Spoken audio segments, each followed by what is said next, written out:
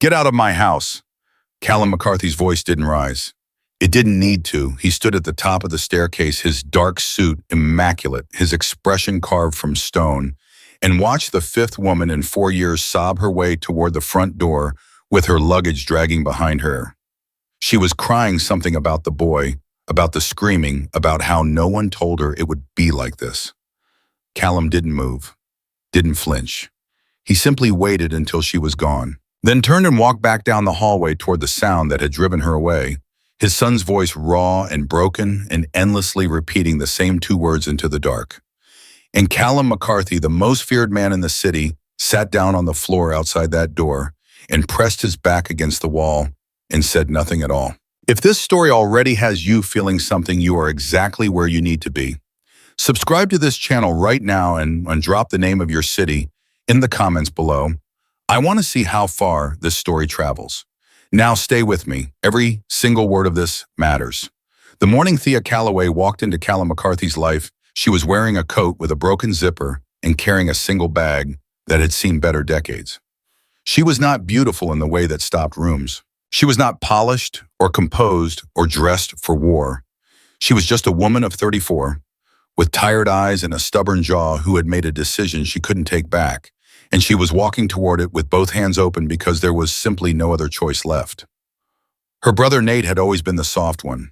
She had known that since they were children, knew it the way you know a wound before it opens, the way you recognize a pattern in someone you love long before it destroys them. Nate had their mother's laugh and their father's weakness, and the combination had followed him like a shadow his entire life.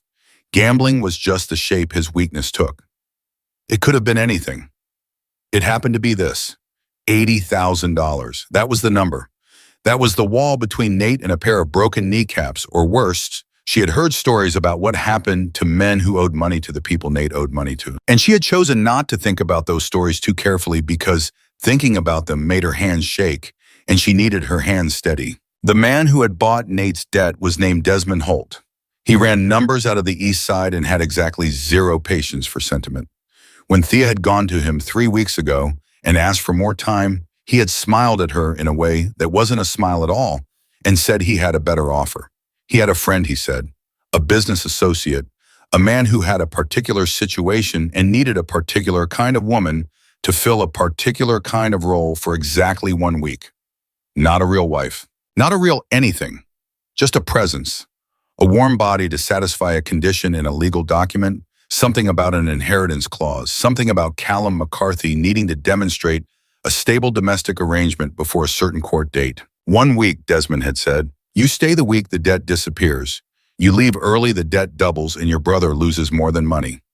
Thea had not slept that night. She had sat at her kitchen table with a cup of coffee that went cold and stared at the wall and thought about Nate's face when he was 9 years old, how he used to wait by the door for her after school because he said the apartment felt too big without her in it. Then she had picked up the phone and said yes. She had done research. Of course she had. Thea was not a woman who walked into things blind if she could help it. She had read what there was to read about Callum McCarthy, which was considerable and almost entirely terrifying. He was 43 years old. He had inherited his father's business empire at 26 and expanded it into something that existed in the uncomfortable space between legitimate and not. The kind of business that had lawyers on retainer and accountants who never asked questions. He had been married once briefly to a woman named Elena, who had died in a car accident when their son was 18 months old. The son's name was Luca. After Elena, there had been women, a series of them brought in under various arrangements, and not one of them had lasted more than a week. The city had opinions about this. The city always had opinions about Callum McCarthy. Half of them built on fear, and half of them built on speculation, and very little of it seemed to be built on actual knowledge of the man. What Thea had been able to piece together was a shape without details, a story with the center missing. She didn't know about Luca until she was already standing on the steps of the estate. The house was large in the way that old money is always large, not flashy, not designed to impress, just enormous, in the quiet and absolute way of something that has been standing longer than anyone alive can remember. Iron gate, long drive, manicured grounds that somehow still felt cold.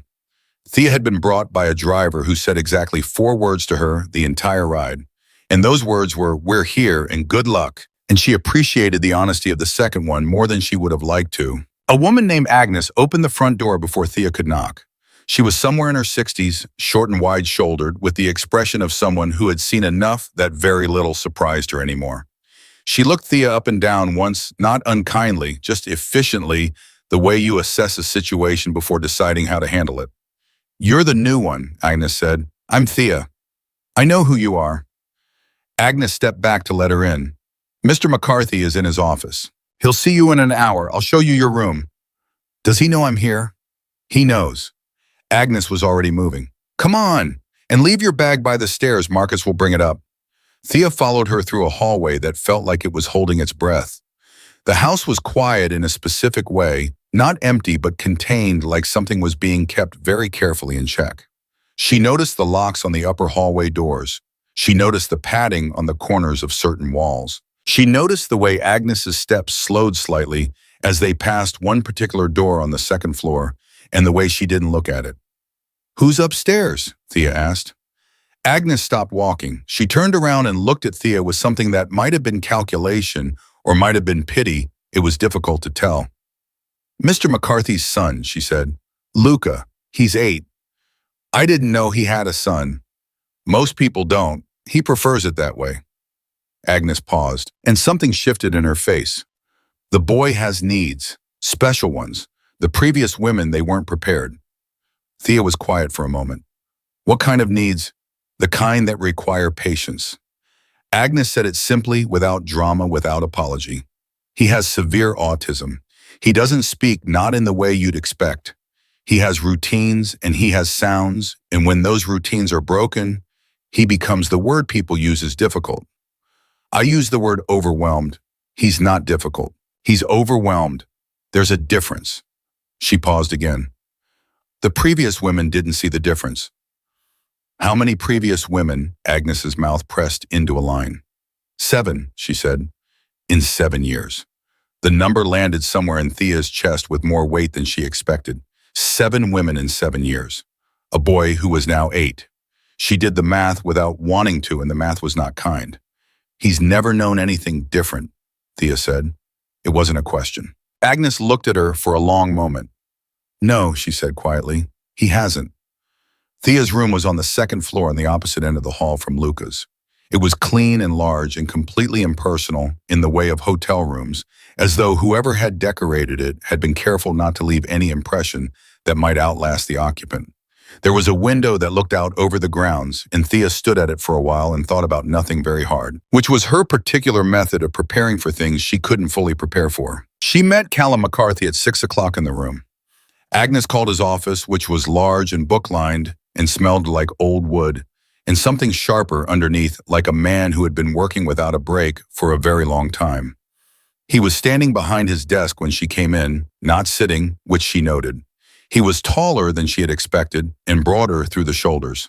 The tattoo on the right side of his neck was the first thing she really saw. Intricate black lines that disappeared under his collar, reappearing on the backs of his hands in patterns that looked less decorative than permanent, less a choice than a record. His hair was dark brown, slicked back. His face was, she searched for the right word and arrived at guarded. Every feature in a position of deliberate neutrality. He looked at her the way Agnes had, assessing efficient, and then he said, "You're smaller than I expected." "You're exactly what I expected," Thea said. Something shifted in his expression. Not quite a reaction, but the ghost of one. He gestured to the chair across from his desk, and she sat, and he sat across from her, and for a moment neither of them spoke. "You understand the arrangement," he said finally. It wasn't a question. "1 week," Thea said. "I stay the week. My brother's debt is cleared. I leave early, the terms change." "That's correct." "And what exactly am I supposed to do during the week?" "Be present." He said it flatly without elaboration, as though the word should be sufficient. "Present for what?" "There's a court date in 11 days, a custody matter." His jaw tightened almost imperceptibly. "My late wife's brother has filed for guardianship of my son. His argument is that my household is unstable. He has lawyers who are very good at making certain words sound very damning in front of certain judges." He paused. "Having a woman present in the household in the role of domestic partner undermines his argument. That is the only reason you are here. Thea absorbed this. You need me to perform stability. I need you to be present, he repeated. You won't be required to interact with Luca unless you choose to. You won't be required to appear in court. You will simply need to be here visible for the duration. And if I see your son, something crossed his face, then brief and unguarded there, and gone so fast she almost missed it. But she didn't miss it. Whatever Callum McCarthy was in this room, whatever wall he had built around himself and called a personality, in that single half second, she saw something else. A father, a frightened one. Luca has a caregiver who manages his needs. Callum set his voice back to even. You are not required to. I didn't ask what I was required to do, Thea said. I asked what happens if I see him. The silence stretched. Callum looked at her with an expression she couldn't fully read, something between wariness and reluctant interest, as though she had said something unexpected and he hadn't decided yet whether it was a problem. Then you see him, he said carefully, and you respond the way you choose to respond. And if he responds to me in a way that's hard to witness, then, Callum said, and his voice was very quiet now, stripped of everything professional and careful. You do what every other woman in this house has done, and you tell me you need to leave, and I have the car brought around. He said it without anger, without accusation, just with the flat weight of a man who has said a thing so many times it has stopped tasting like anything. Thea looked at him across the desk. I'm not going to leave, she said. You don't know that yet. I know it well enough. He didn't argue. He didn't believe her either. She could see that clearly, the careful blankness that had replaced whatever brief opening had appeared in his face. He had heard this before. Probably every one of the 7 had said something similar. He had learned not to let it mean anything. Dinner is at 7, he said. Agnes will show you the kitchen if you need anything. The East Wing is off limits. Questions? Just one. Thea stood. His name is Luca. Yes. Not my son, not the boy. Luca. Callum stared at her. I know my son's name. I know you do, Thea said. I just wanted to see how you said it. She left before he could respond. Out in the hallway, she let out a slow breath and pressed one hand flat against the wall and felt the solid reality of it under her palm.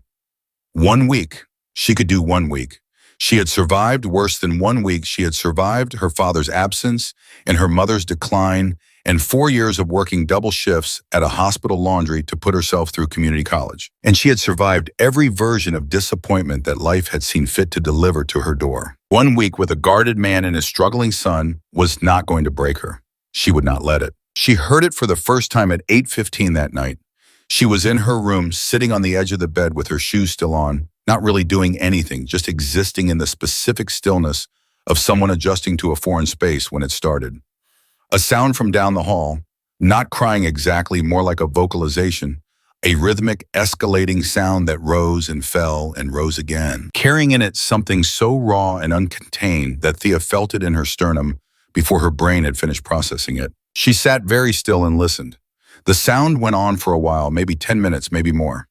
At some point it changed, became something quieter and more repetitive. The same sound over and over like a record stuck in a groove. And then underneath it, barely audible, she heard a second voice. Callum's voice. Low, steady, saying something she couldn't make out through the wall, saying it again. The same cadence repeated with this patience of someone who has learned that patience is the only thing he has left to offer. Thea did not move from her bed. She did not go to the door. But she listened and she thought, and by the time the hallway went quiet again, she had arrived at a decision that she hadn't entirely consciously made, the kind of decision that settles into you before your rational mind catches up. She was going to stay. And she was going to say because of the sound of Callum's voice in the dark. Not because of the debt, not because of Nate, because of the way a man who frightened entire city blocks could stand outside a door and speak quietly into the gap beneath it until his son's breathing slowed, and not once did she hear him falter. She was up early, before Agnes, before the rest of the house stirred into motion. She found the kitchen on her own and made coffee and sat at the large kitchen table in the gray early light and was halfway through her second cup when footsteps came down the back stairs. Small ones, uneven, moving in a pattern she didn't immediately recognize. Luca appeared in the doorway. He was small for 8 slight, with dark hair and his father's coloring, and enormous brown eyes that didn't quite look at her, angled slightly to the left of where she was sitting, fixed on some middle distance she couldn't see. He was wearing pajamas with a pattern of geometric shapes on them. He had a small stuffed bird clutched in one hand, pressed tight against his side. He stopped when he registered her. His body went very still, not tense, not afraid, just still, in the way of someone recalibrating, reassessing, deciding something. Thea did not speak. She did not move toward him. She did not make her expression warm and deliberate and pointed in the way that adults do when they are trying to reassure a child. She just sat there with her coffee and kept her eyes soft and her body open and let him decide what to do with her. A long moment passed. Luca took 3 steps into the kitchen. Then he stopped again. His fingers moved on the stuffed bird, a repetitive squeeze, a grounding motion. His gaze moved around the room in a slow arc that landed briefly near her before continuing on. He moved to the counter on the far side, pulled open a lower cabinet with the practiced certainty of a child who knows exactly where everything is kept, and retrieved a plastic cup with a particular pattern on it. He filled it at the tap. He drank. Then he turned and looked at her again, not quite at her, but closer this time, a fraction more direct. Thea lifted her coffee cup very slowly and took a sip. Luca looked at his cup, then back at her. Then he made a sound, brief questioning, almost musical, and set his cup on the counter. "Good morning," Thea said, very quietly. No performance in it. Luca did not respond, but he did not leave either. He stood at the counter with his bird and his cup and his private thoughts, and Thea sat at the table with her coffee, and the kitchen held them both in its early light, and no one asked anything of anyone, and it was in its strange and incomplete way enough. Agnes found them like that 20 minutes later. She stopped in the doorway and looked at Luca, and then at Thea, and then at Luca again, and something moved across her face that Thea recognized because she felt it too, the particular kind of cautious hope that you hold very gently because you have learned that it breaks if you grip it too hard. "He doesn't usually come down before 7:30, Agnes said quietly, more to herself than to Thea. "Is that early for him?" "By about an hour." Agnes moved carefully into the kitchen, giving Luca a wide and practiced berth, moving around him, the way water moves around a stone. "He knows your routine before you do," she said, glancing at Thea. "Take some time to map someone out. Longer if they react." "React how?" Agnes began pulling things from the refrigerator with quiet efficiency. Loudly, suddenly, with a lot of effort. She said the last word with the particular dryness of someone who has watched a great deal of effortful behavior fail completely. The others were nervous. Nervous people move wrong. Thea thought about this. "You've been with them this whole time, all 7. I've been with this family for 12 years. Agnes cracked eggs into a bowl without looking at what she was doing. "I was here when Elena was alive. I was here when she wasn't." She paused just briefly. "I'll be here after whoever comes next." The resignation in it was not cruel. It was just honest, the way people who have been disappointed a certain number of times learn to be honest. "I'm not going anywhere," Thea said. Agnes looked at her sideways. "That's what number 3 said, on day 1. She turned back to her eggs. "Lasted until Tuesday." Thea opened her mouth to respond and then stopped because across the kitchen, Luca had moved slowly, deliberately to a position about 4 feet from the table where she was sitting. He had set his stuffed bird on the counter. He was looking at something on the far wall, but his body was angled toward her. Agnes had gone very still. Thea did not move, did not speak. She breathed slowly and kept her coffee cup in her hands and watched him in her peripheral vision and did not make him the center of anything. Luca made a sound. A different one, this time longer, more complex, with a shape to it that she couldn't interpret, but that felt deliberate. "I hear you," Thea said, quietly, simply, like you would say it to someone you trusted. Luca rocked once on his heels. Then he turned and went to get his bird and took it back upstairs, his footsteps light and even the pattern of them already becoming something she recognized. Agnes did not speak for a long moment. When she did, her voice was different than it had been, not warmer exactly, but less armored. "He's never done that," she said. "Not with any of them." "Done what?" Moved closer. Agnes looked at her. "On his own, without being directed." She shook her head slowly. In 7 years, he has never once moved toward a stranger on his own. Thea set down her coffee cup. She was very careful about not letting what she felt show in her face the fullness of it, the complicated, fragile weight of it, because she had a feeling that this house had seen too many people make too many promises based on single moments, and she was not going to be that. But in the private interior of herself, in the part of her that no one else had access to, she thought about a bone with a stuffed bird who had mapped her in 20 minutes and decided she was worth 4 feet of floor space. And she thought about his father sitting in the dark outside a door, speaking quietly into nothing. And she made herself a different kind of promise. Not to them, not yet. To herself. She would not waste this. She had survived everything else. She was going to be someone worth those 4 feet. Upstairs in his office, Callum McCarthy stood at the window with his coffee and his guarded face and his 12 years of learning how to want nothing. Agnes had called him. She had said 3 sentences and then gone quiet in the particular way she went quiet when she didn't want to hope out loud. He stood at the window for a long time after she hung up. Then he set down his coffee and sat at his desk and opened the folder on the custody case and made himself read it, because reading it was what he could do. Feeling things about a woman he had met yesterday and a moment he hadn't witnessed and a possibility he had stopped permitting himself was not something he could afford. Not yet, maybe not ever. But his hands were not quite steady on the pages, and he noticed that, and he said nothing to anyone about it, and the morning moved on without him. The thing about Callum McCarthy was that he had built his entire life around the principle of controlled distance. Distance from people. Distance from feeling. Distance from anything that could be taken from him without warning, the way Elena had been taken, the way the first version of Luca, the version he had imagined before the diagnosis, the version who would have called him dad and thrown a baseball in the yard and had opinions about things, had been taken too quietly and without drama. Replaced by the real Luca, the one who was actually here, the one who was harder and more complicated, and who Callum loved with a ferocity that terrified him precisely because it was the one thing he could not control. He had been at his desk for 2 hours when Agnes knocked. "She's asking about his schedule," Agnes said from the doorway. Callum didn't look up. "Tell her she doesn't need his schedule." "I did. She said she wasn't asking for permission. She was asking for information so she didn't disrupt it by accident." Agnes paused. She said disrupting it by accident would be worse than not knowing. He looked up then. Agnes was watching him with the expression she wore when she had already formed a conclusion and was waiting to see how long it took him to catch up. He had known Agnes for 12 years, and he still found that expression mildly irritating. She said that, word for word. Agnes folded her hands in front of her. She also said, and I'm quoting here, that she wasn't going to pretend she understood him in a day, but she'd rather know the shape of his day than stumble into the middle of it blind. Callum set down his pen. He thought about the woman downstairs, small, tired-eyed, unimpressed by him, in a way that was almost refreshing. And he thought about what Agnes had told him on the phone an hour ago. Luca moving toward a stranger. 4 feet of floor space voluntarily closed. He thought about the 7 before her.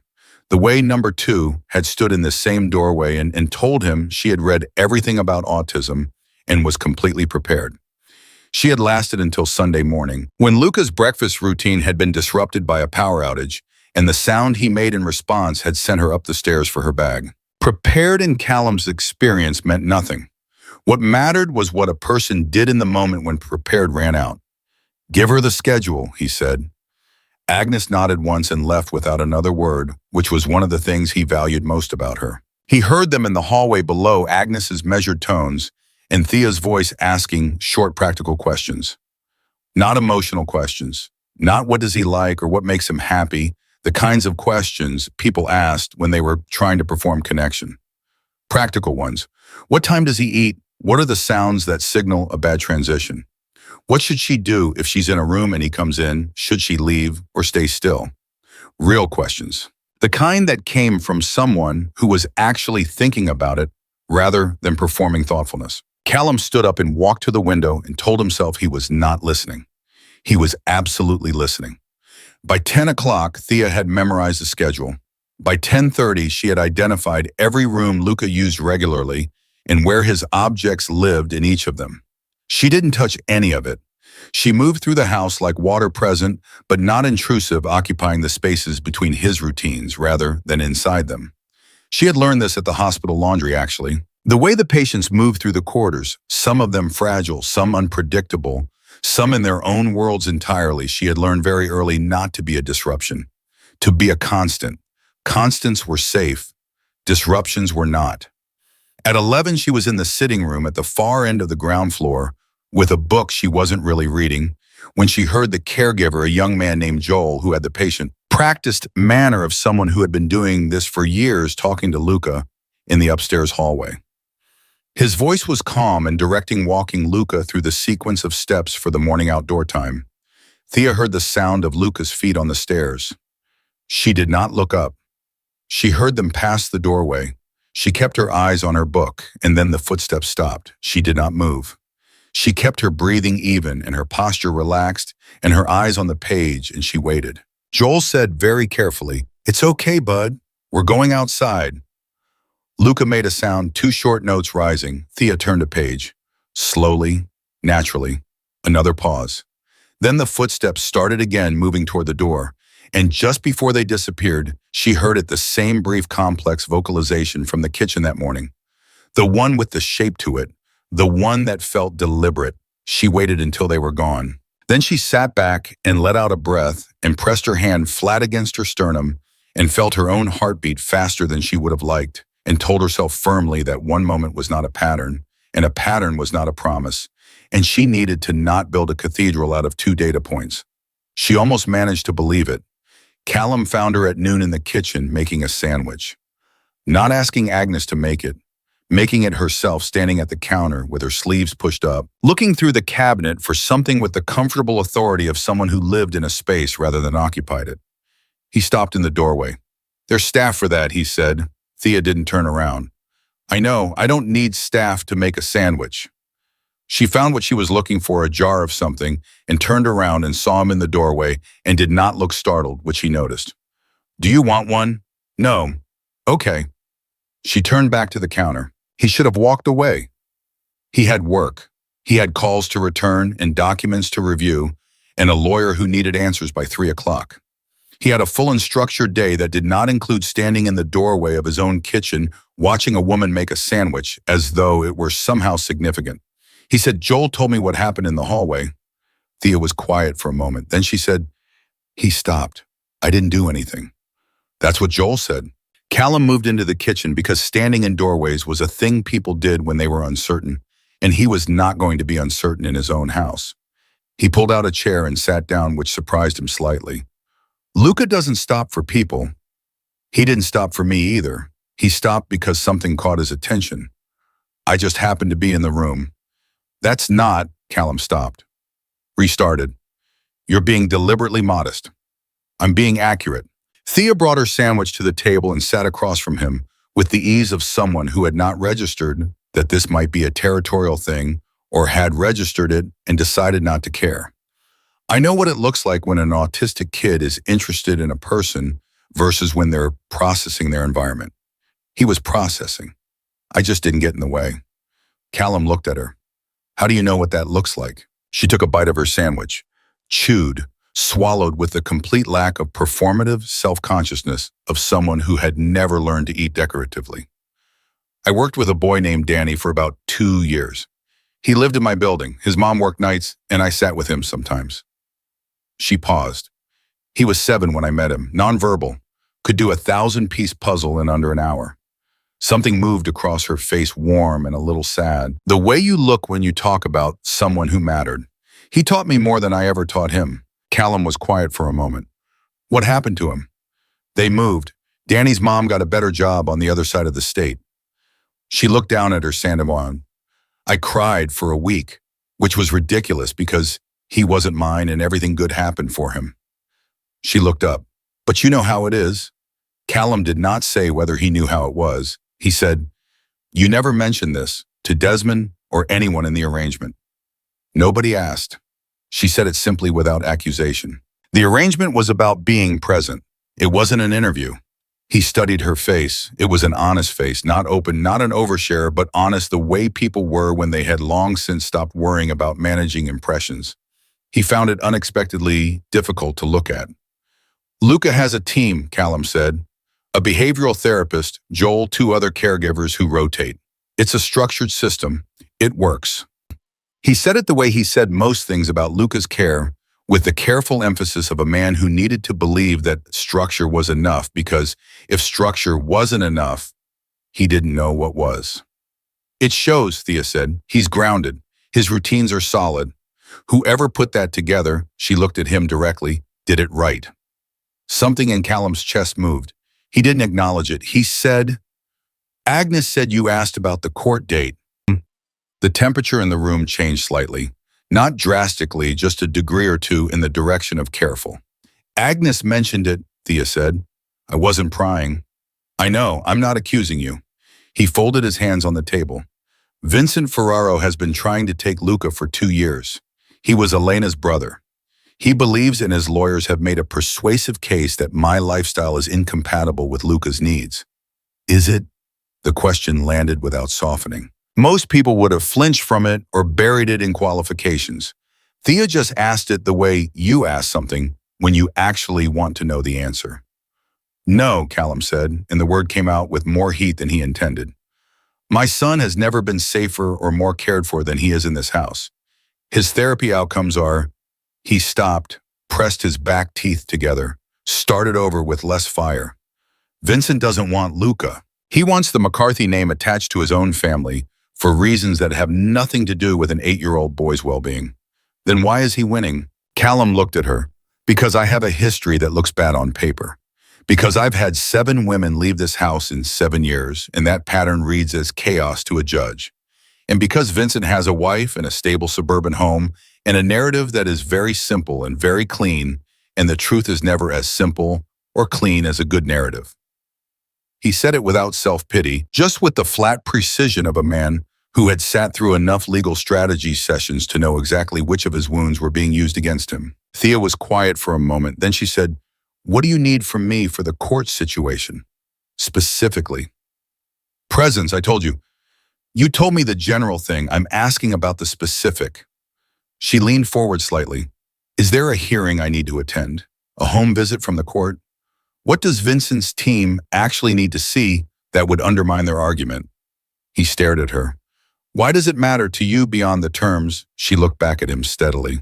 Because I've been in this house for less than a day, and I've already watched you sit on the floor outside your son's door in the dark, and I've watched Luca move 4 feet toward a stranger on his own for the first time in what I'm guessing is years. And I'm not going to be decoration when something that matters this much is at stake. She paused. So, what specifically do you taught? The silence that followed was the kind that had weight in it. Not uncomfortable weight, something else. The weight of something that had been held for a long time finally being set down somewhere. There's a home evaluation, Callum said. In 4 days, a court-appointed assessor comes to observe the household, how it functions, whether Luca appears connected to the people around him. He said the last part with an edge that was almost bitterness. Whether the environment seems stable. And the problem is that Luca doesn't connect to people on command.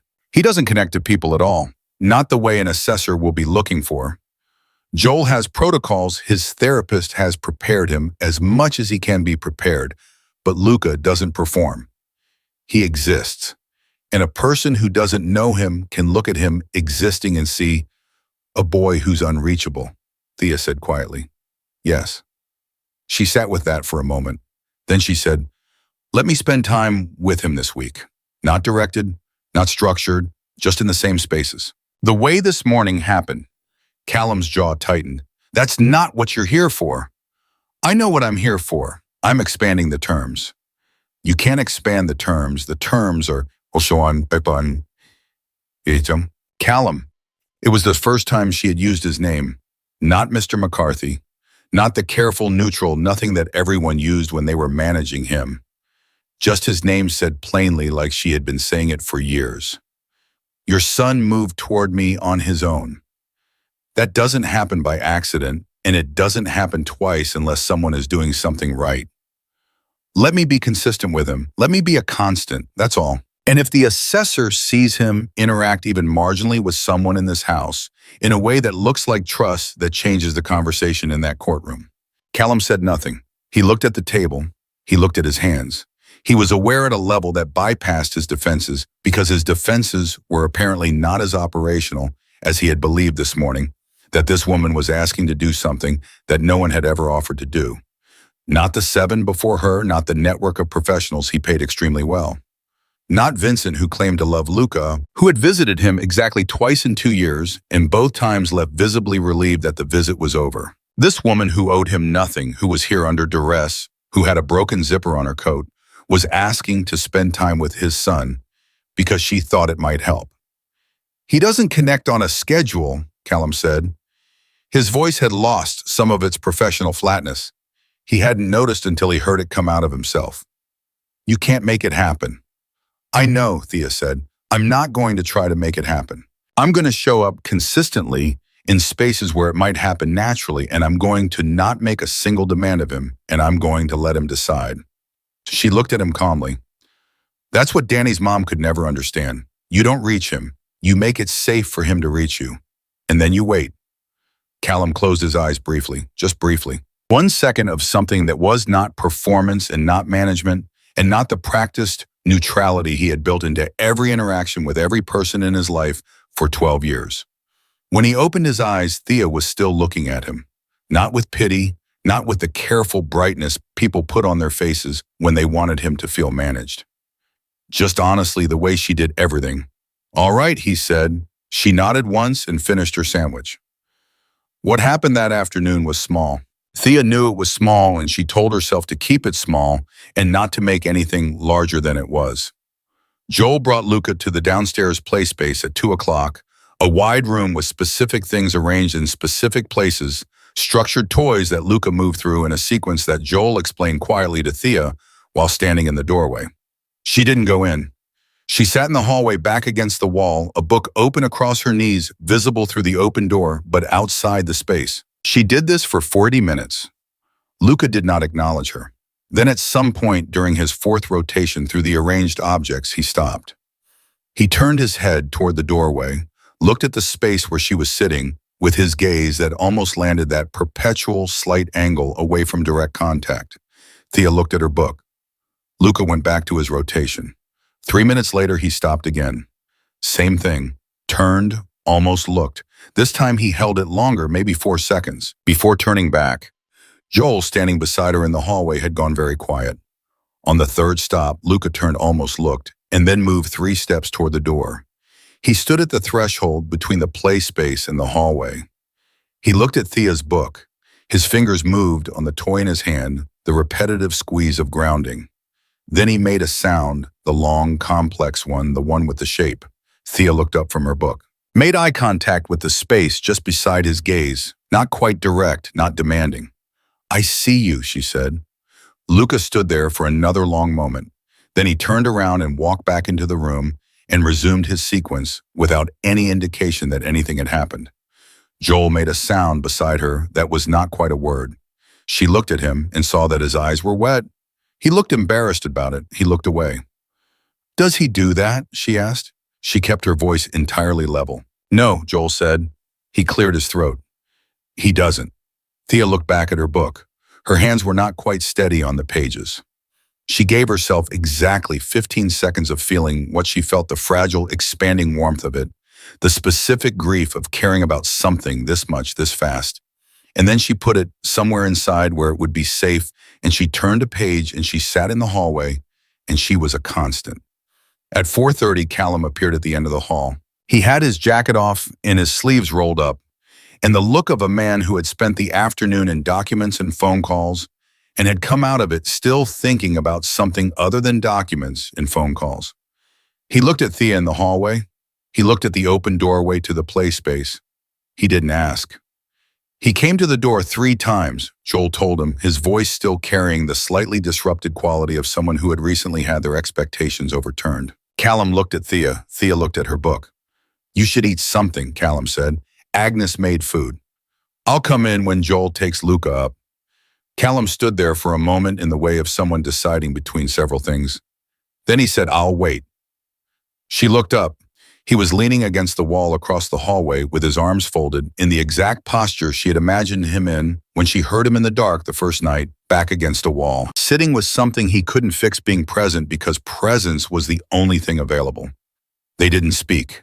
They waited in the hallway together while Luca moved through his sequence in the room between them, and the late afternoon light changed around them, and it was something. She didn't have a word for what it was. She only knew that it felt like the beginning of a thing she hadn't planned for in a week she hadn't wanted, in a house that was slowly, carefully, without her permission, starting to feel like somewhere that mattered. At 5 o'clock, Joel began the transition sequence, the careful verbal preparation that moved Luca from playtime to the upstairs routine step by step. No surprises. Luca accepted it the way he accepted all well-constructed things, quietly in motion, following the sequence with his bird clutched against his side. He passed the doorway. He stopped. He turned and looked at the hallway at the space where Thea had been sitting. She was standing now, her book closed, giving him a clear line of sight. His gaze found her. Not beside her, not past her. Her. The eye contact lasted 2 full seconds, maybe 3. Long enough that Thea felt it land somewhere in her chest like something solid. Then Luca turned and followed Joel up the stairs. Callum didn't move for a moment. Then he said very quietly, so quietly she almost missed it. "He looked at you." "I know," Thea said. "He doesn't." He stopped. His voice had done something she hadn't heard from it before. Fractured slightly, the way things fracture when they have been under pressure for a very long time, and something finally gives just barely at one small point. "I know," she said again, just as quietly. Callum pressed the back of one hand against his mouth. He stood there for a second with his jaw working and his eyes somewhere else, and everything he never let anyone see moving very close to the surface. Then he pulled it back. She watched him pull it back methodically, deliberately, the way you watch someone rebuild a wall that has taken years to construct. "Dinner at 7, he said. His voice was steady again. "I'll be there," she said. He walked away. She stood in the empty hallway and listened to his footsteps move toward his office, and she did not call after him, and she did not say any of the things that were occurring to her to say because some things needed time to breathe before they could survive being said out loud. She looked at the empty staircase where Luca had gone. She had 4 days until the evaluation. 4 days to be a constant, to show up in the right places, to let him map her in the way he mapped things carefully, in his own time on his own terms. She had not come to this house for Luca. She had come for her brother, for a debt, for a week of endurance that she had planned to get through with her head down and her expectations low. But this was the thing about showing up consistently for someone. It worked in both directions. You made yourself available for them to reach you, and while you were doing that quietly and without announcement, they were reaching you. And she understood now, in the way you understand things that come from the body before they come from the mind, that she was not going to get through this week unchanged. She was not going to get through this week and walk away clean. Somewhere on the other side of the house, behind a door she hadn't seen opened, Vincent Ferraro's legal team was preparing. She didn't know that yet. She didn't know about the email that had arrived in Callum's inbox at 3:15, or the new motion being filed, or the thing Vincent had found, the thing that would change the shape of everything, the thing that would arrive on day 3 like a door kicked in without warning. She only knew the hallway, the empty staircase, the specific silence of a house that was finally cautiously beginning to breathe. The email arrived at 3:15 on day 2, but Callum didn't tell Thea about it until the morning of day 3. And by then it was already too late to be casual about it. She was in the kitchen with her coffee when he came in, and she knew immediately that something was wrong. Not because his face gave anything away, because it never did, but because he was moving differently. Tighter. The way a person moves when they are holding something and trying not to show how heavy it is. He put a printed page on the table in front of her without preamble. She looked at it, read it once, then read it again more slowly. It was a photograph. Printed from what appeared to be a social media post, grainy screenshot quality, but clear enough. It was a photograph of Nate, her brother, standing outside what she recognized as one of Desmond Holt's establishments on the east side, laughing with his arm around a man whose face Vincent Ferraro's lawyers had helpfully circled in red and labeled known associate of Callum McCarthy criminal enterprise. Underneath the photograph, in the kind of language that lawyers used when they wanted to be precise and devastating simultaneously, was the claim that Callum McCarthy had arranged for his new domestic partner to be brought into the household through coercion, using her brother's debt as leverage, and that therefore the woman currently residing in the estate was not a genuine domestic partner, but a paid arrangement designed to deceive the court. Thea set the page down. She looked at the table for a moment. Then she said, "How did he get this?" "He has people," Callum said. He was standing across the kitchen, arms folded, jaw set. "He's been building this case for 2 years. He knew I would bring someone in before the evaluation, and he's been watching for it." "How long has he known about my brother?" "Long enough to photograph them together. Long enough to build a brief around it." He paused. "The motion was filed this morning. He's asking the judge to dismiss any domestic arrangement evidence on the grounds of fabrication. And he's asking for an emergency expedited hearing next week instead of the original date." Thea absorbed this. She was quiet in the specific way of someone who is not panicking, but is thinking very hard and very fast. "What does your lawyer say?" "My lawyer says it's damaging. Not fatal, but damaging." Callum pulled out the chair across from her and sat down, which she had noticed was something he only did when a conversation was going to be real rather than transactional. "He says the fabrication argument is strong if you and I look like strangers in that courtroom, and he says the only thing that undercuts it is..." "If I stay," Thea said, "if you stay, and if the evaluation shows something genuine." He looked at her directly. "But I need you to understand what that means now. It means you'd be staying under active legal scrutiny. Vincent's team will dig into you, your past, your finances, your relationship with Nate. They will use everything." He paused. "This is not what you agreed to." She looked at him across the table. She thought about the original terms 1 week her brother's debt cleared no complications. She thought about how clean and manageable that had sounded 3 days ago before she knew about Luca's bird, or the way his feet sounded on the stairs, or the sound of Callum's voice in the dark. Before she understood what was actually at stake in this house. "I know it's not what I agreed to," she said. "You can leave, right now this morning. I'll clear Nate's debt regardless, that was my agreement, and I don't break those." Something moved in his face. "You don't owe me anything beyond what we arranged." Thea looked at the photograph on the table. She looked at her brother's laughing face, caught in a moment of complete unconscious disaster, doing exactly what Nate always did, standing in the middle of a mess he hadn't fully understood he was making. "Did you know Vincent would do this?" she asked. "I knew he was watching. I didn't know about your brother specifically." His voice was level, but she had been in this house long enough now to hear what was underneath it. "I wouldn't have used you if I had known the exposure would be this direct." "That's not..." He stopped. "That's not what..." she asked. He pressed his mouth flat. Then, quietly, "That's not who I am. Whatever the city thinks I am, that's not it." She believed him. She didn't know why she believed him. She had no rational basis for it, no long history of evidence, no reason beyond 3 days in a house with him, and everything she had observed in those 3 days, the way he moved around his son, and the way he listened when no one was watching, and the way he'd stood in the hallway with his hand pressed to his mouth while Luca walked up the stairs. But she believed him. "I'm not leaving," she said. He went very still. "Thea, I'm not leaving." She picked up her coffee. "Tell your lawyer I'm staying, and to build the case around that.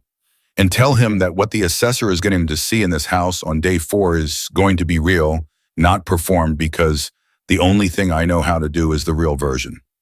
She looked at him steadily. "But I need you to do something for me." "What?" "I need you to tell me about Vincent. The real version, not the legal version." She set down her coffee. "Because if I'm walking into a courtroom for you, I need to understand what I'm walking into." Callum was quiet for a long moment.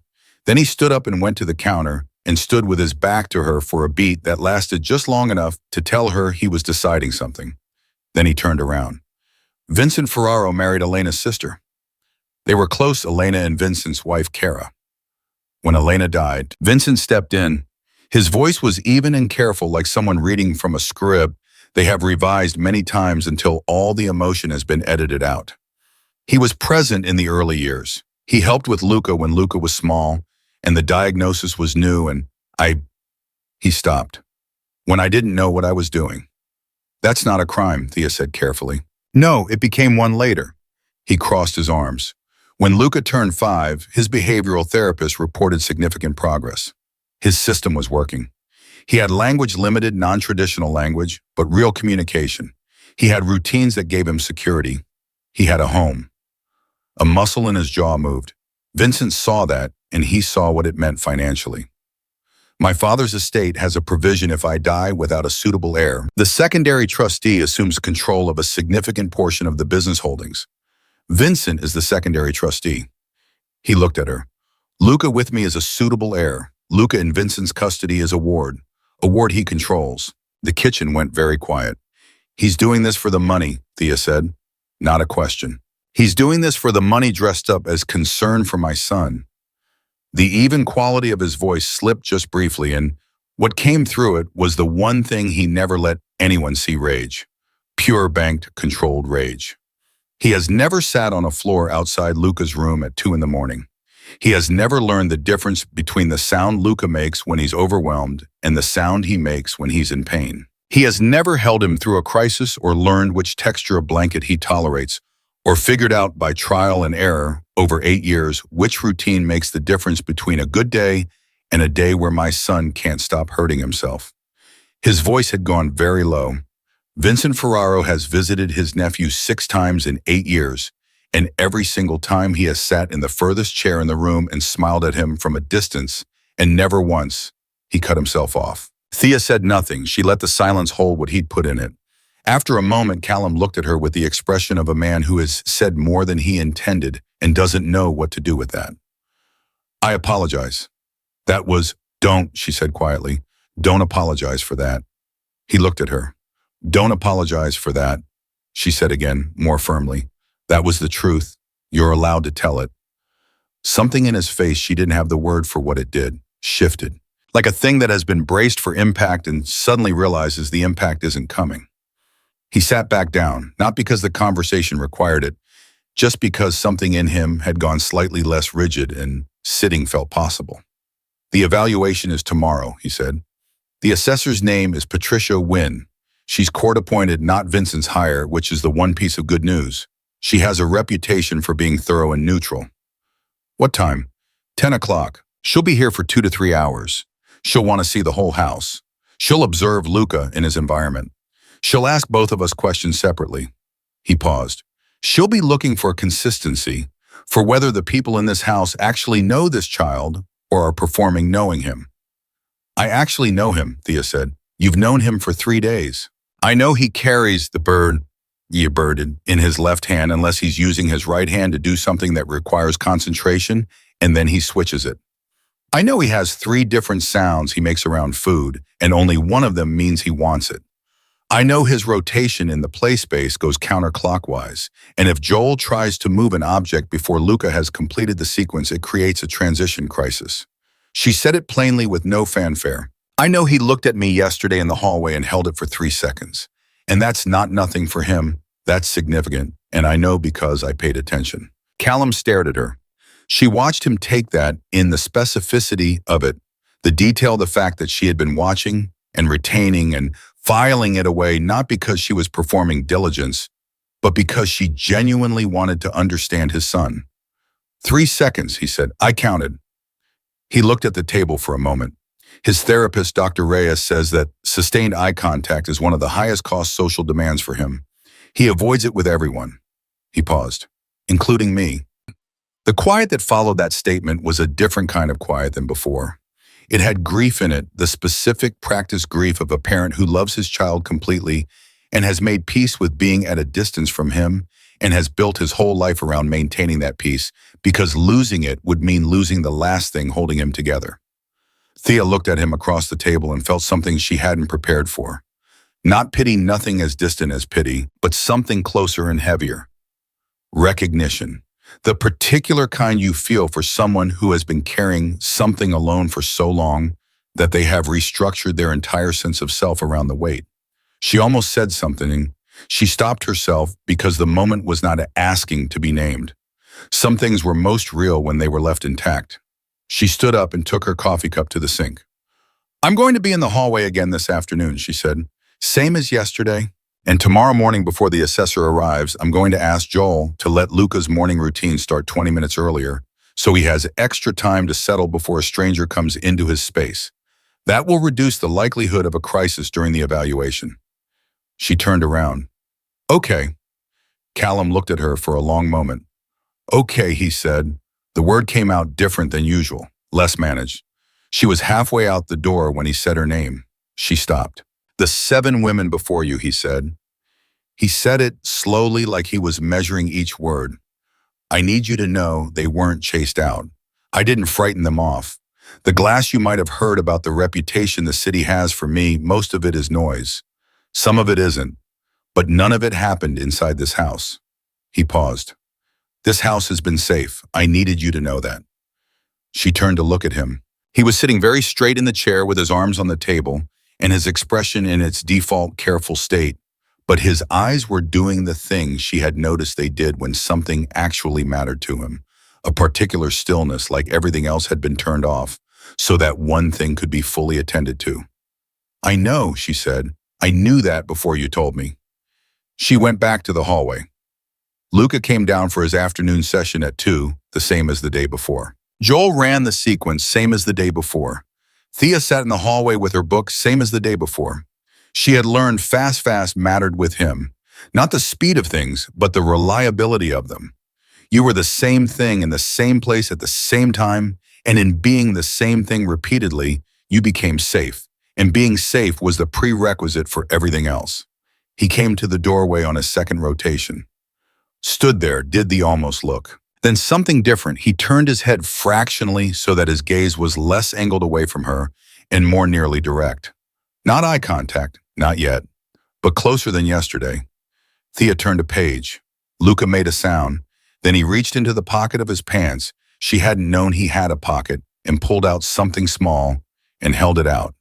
Not toward her exactly, just out, into the space in her direction. Joel made a barely audible, sharp intake of breath from 2 feet away. Thea looked at the object in Luca's extended hand. It was a small, round piece of plastic, the lid from some kind of container, bright red. She didn't move toward him. She didn't reach for it. She just looked at it. Red, she said quietly. Luca's fingers moved. He turned the lid once, then again. Red, he repeated in a sound that was not quite the word, but had the shape of it, the vowel there, the beginning of the consonant, a voice trying a new thing out. The book in Thea's hands was not moving. She was not breathing particularly well. She kept her face entirely calm and open, and she said very softly, "That's right, red." Luca put the lid back in his pocket. He turned around and went back to his rotation. Joel sat down on the hallway floor. He just sat down right there because apparently his legs had decided they were done. He looked at Thea with wet eyes and said nothing because there was nothing to say that the moment hadn't already said for itself. Thea kept her eyes on her book. Her hands were shaking.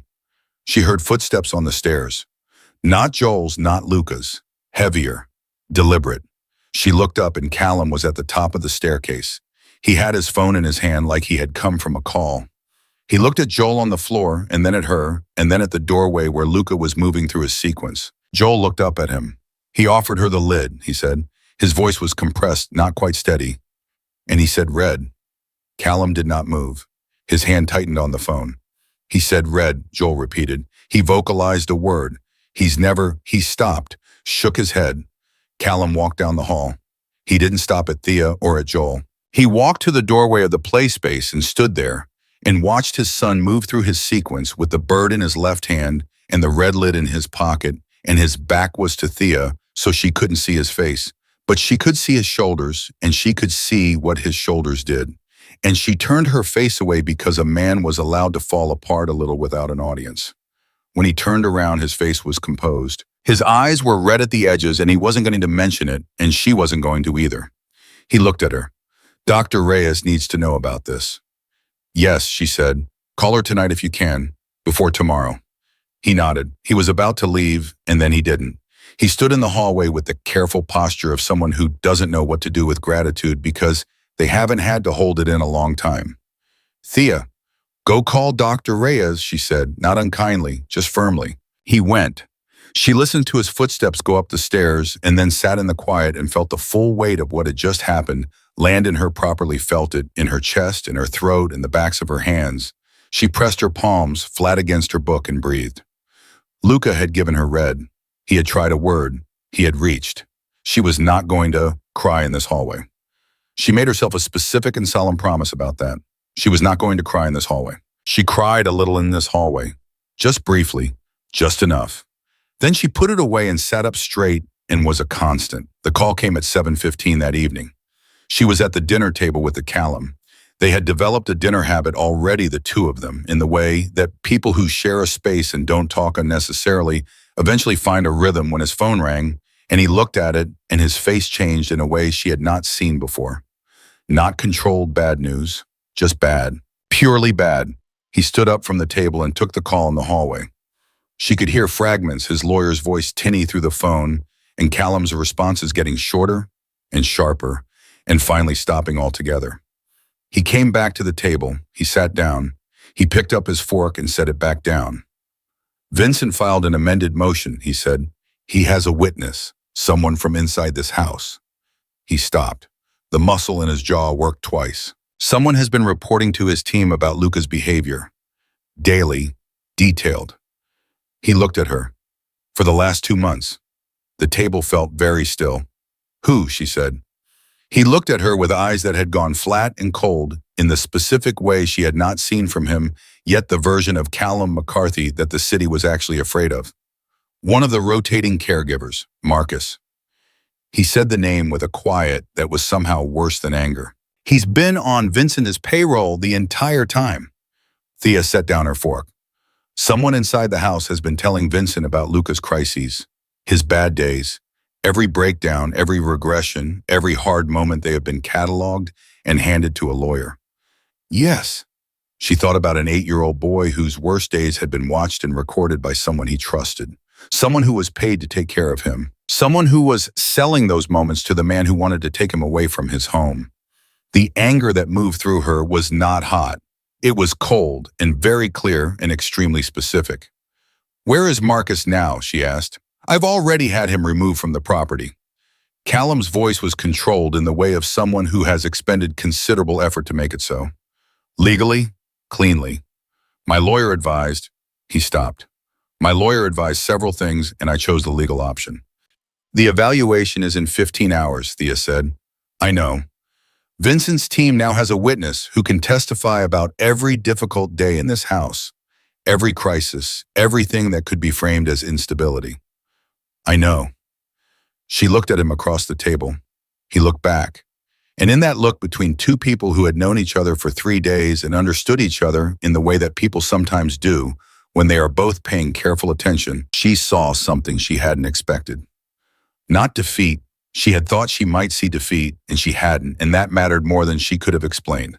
What she saw was a father who had been fighting for 8 years and was prepared to keep fighting, who was tired in the way that people are tired when they have been afraid for so long that fear has become the texture of ordinary life, but who had not and would not stop.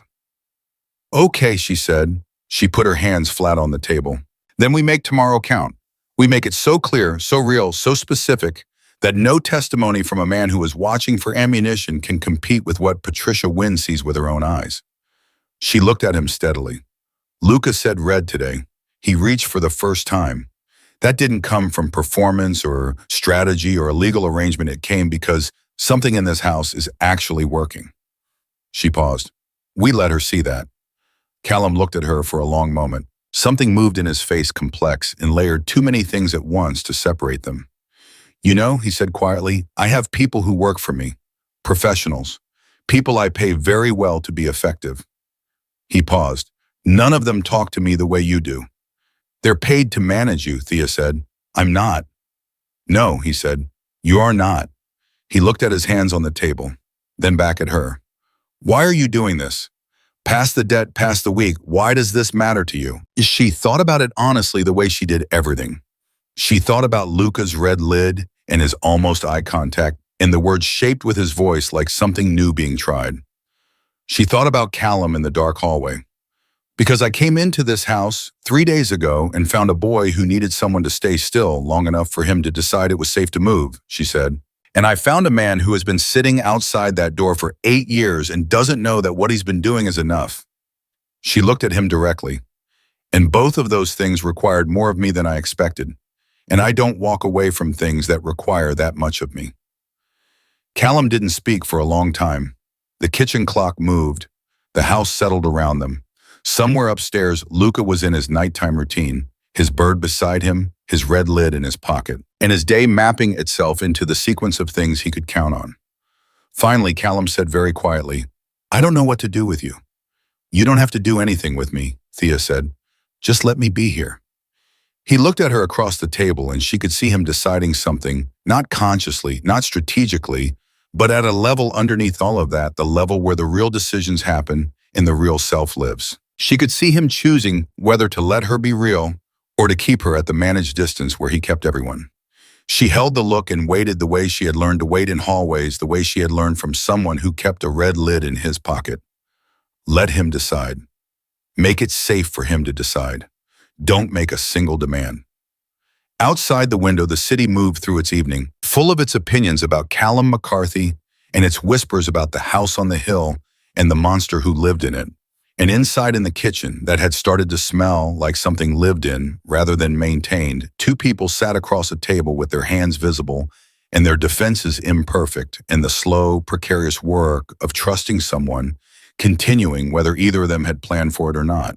Tomorrow was the evaluation. Tomorrow was Patricia Wynn and 2 hours under scrutiny in a legal case that had just gotten significantly more dangerous.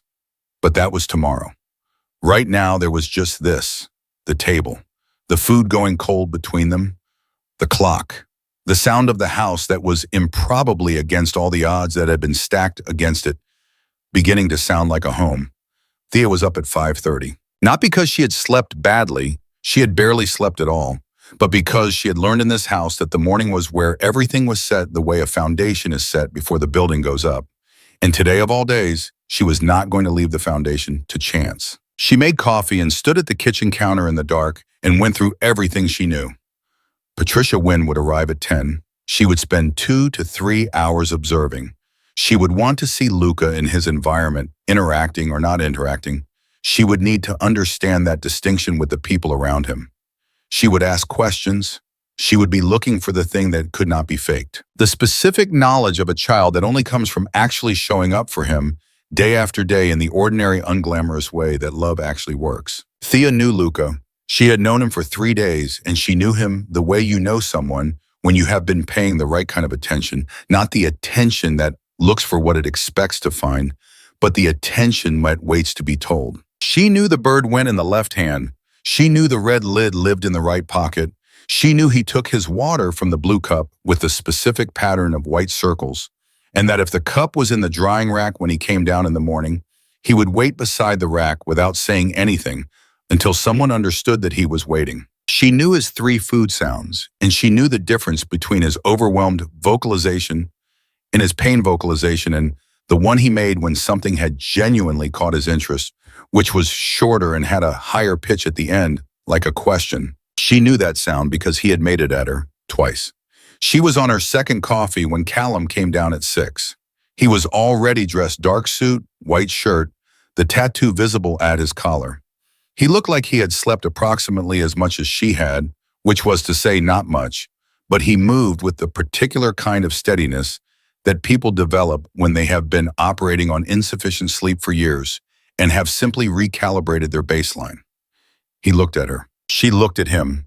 Some of the things they might have said to each other in that moment did not need to be said because they had already been said last night at the kitchen table in the conversation that had gone on past 11 and had covered things that neither of them had planned to cover.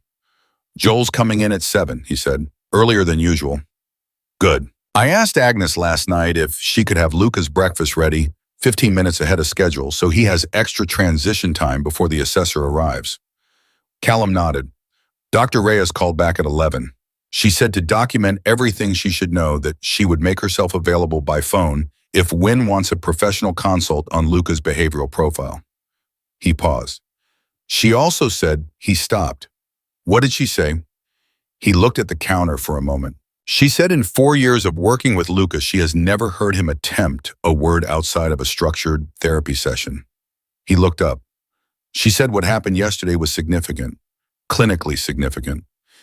Thea wrapped both hands around her coffee cup and said nothing, because there was nothing to say that wouldn't sound like too much. She wants to know what you did differently, Callum said. I didn't do anything differently. I did less. That's the whole thing. I did less and let him do more. She looked at him. That's all it ever is. He was quiet for a moment. Then he said, Vincent's lawyer called my lawyer at midnight. They're pushing for Wynn to be briefed about Marcus's testimony before the evaluation. The coffee in Thea's cup went cold in her hands. Can they do that? My lawyer is fighting it. Wynn is supposed to come in neutral. His voice was even, but she could hear the edge under it now. The banked fury she had glimpsed before. Whether she arrives neutral is a different question. If she comes in already believing this is staged, then everything we show her reads as performance. He said it flatly. Yes, I know. They sat with that for a moment. The kitchen clock moved. Somewhere above them, the house was still quiet, holding the last of its sleep. Then we can't control what she's been told, Thea said. We can only control what she sees. She set down her coffee. And what she's going to see is real. All of it, because it is real. She looked at him directly. You know that. He held her gaze. I know that. Then let her come. Joel arrived at 7 with the quiet efficiency of someone who had been told something important and had organized himself around it. He ran Luca's morning sequence with the same careful patience as every other morning. No variation, no pressure. Because the worst thing you could do on a high-stakes day was change the ordinary shape of things in a way that signaled to Luca that something was different and therefore potentially threatening.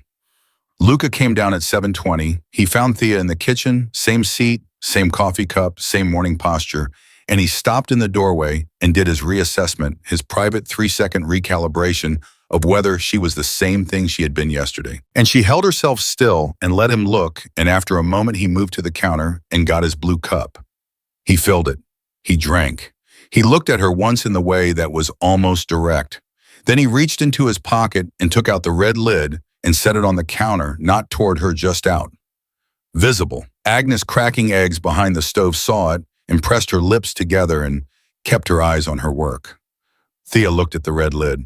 Good morning, Luca, she said. Luca picked the lid back up and put it away and began his breakfast sequence and did not look at her again.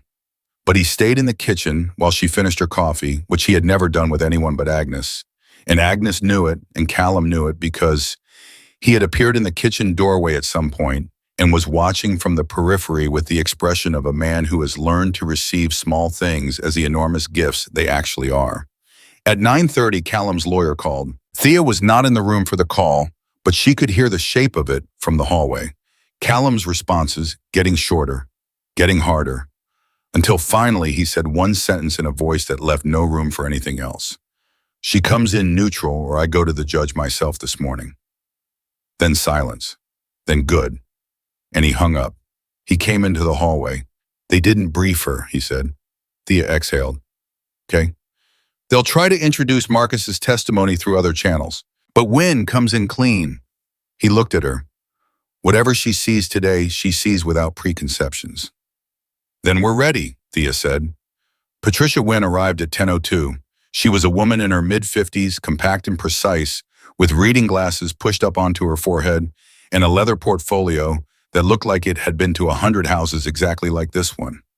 She shook Callum's hand, she shook Thea's hand, and she looked around the entryway with the specific, non-reactive expression of someone who has trained themselves not to form visible conclusions until they have the full picture. I'd like to begin by walking through the house, she said. Then I'll spend some time observing, just passively. I won't interfere with anyone's routine. And then I'll have some questions for each of you separately. She looked between them. I want to see the house as it normally functions. Not prepared, normal. Of course, Callum said. The walkthrough took 20 minutes. Wynn moved through each room with her portfolio open and her pen making notes. Thea couldn't read and asking occasional questions in the mild, neutral tone of someone who is gathering data rather than making arguments. She asked about Luca's therapy schedule, about the caregiver rotation, about the layout of the play space and why certain objects were positioned where they were. Callum answered every question with the precise, specific knowledge of a father who had built this environment piece by piece over 8 years. He knew why every padding was on every corner, why the lighting in Luca's room used that specific spectrum, why the playlist on the sound system in the upstairs hallway cycled through those particular frequencies. He had built this system the way you build something you depend on completely carefully without shortcuts, because shortcuts were not a risk he could afford. Thea watched Wynn's face as Callum talked. The assessor's expression stayed neutral, but neutral could mean many things, and Thea had gotten good in the past 4 days at reading what was underneath surfaces. What she saw underneath Wynn's neutral was attention, real attention, the kind that means the information is landing. At 10:40, Joel brought Luca down for his morning activity time. Thea was in her chair in the hallway. Same position as every day, book open across her knees. She had explained to Callum and Joel that morning that she was not going to change anything, not her posture, not her position, not the pace at which she turned pages. Luca's sense of safety was built on consistency, and she was not going to disrupt it for the benefit of an audience, even an important one. Wynn positioned herself at the far end of the hallway, unobtrusive, just watching, and made no sound. Luca came down the stairs with his bird in his left hand. He reached the bottom and turned into the hallway and registered Thea in her chair and did not hesitate. He moved down the hall past Wynn without acknowledging her, which was normal, which was simply Luca, a stranger being outside his current mapping and therefore not yet part of his world, and went to the doorway of the play space. He stopped. He turned his head and looked at Thea's chair. Then he made the short, high-pitched sound the one she had learned was interest was a question. "Good morning," she said, the same as every morning. Quiet, simple. Luca went into the play space and began his rotation. Thea turned a page. She did not look at Wynn. She did not look at Callum, who was standing at the end of the hall with his hands at his sides and his face doing the thing it did when he was holding himself very still. For 14 minutes, nothing happened. Luca moved through his sequence. Thea sat in her chair. The hallway breathed around them. Wynn made notes. This was normal. This was a Tuesday morning in this house, and Thea inhabited it with everything she had. On Luca's third rotation, he came to the doorway. He stood there with his bird. He looked at Thea's chair with his gaze that was almost direct, and she felt it happen before she saw it, felt it in the way the air in the hallway shifted. He looked directly at her. Full eye contact. Brief and direct and completely intentional. She met it. She held it without demand, just present, just here. Luca reached into his pocket. He took out the red lid. He held it out, not into the general space this time, not just out. Toward her, pointed at her, an offering or the closest thing to an offering that his vocabulary contained. Thea closed her book. She stood up slowly, no sudden movement, and she walked to the doorway, and she crouched down to his level, and she held out her hand, palm up, not grabbing, just open, letting him decide. Luca looked at her palm. He looked at the red lid in his hand. Then he placed it gently, deliberately into her hand and closed her fingers around it with his own small hand, pressing them shut. "Red," she said softly. "Red," Luca said, clearly. Both consonants, the vowel, the whole word out loud in the hallway of his own house. Patricia Wynn stopped writing.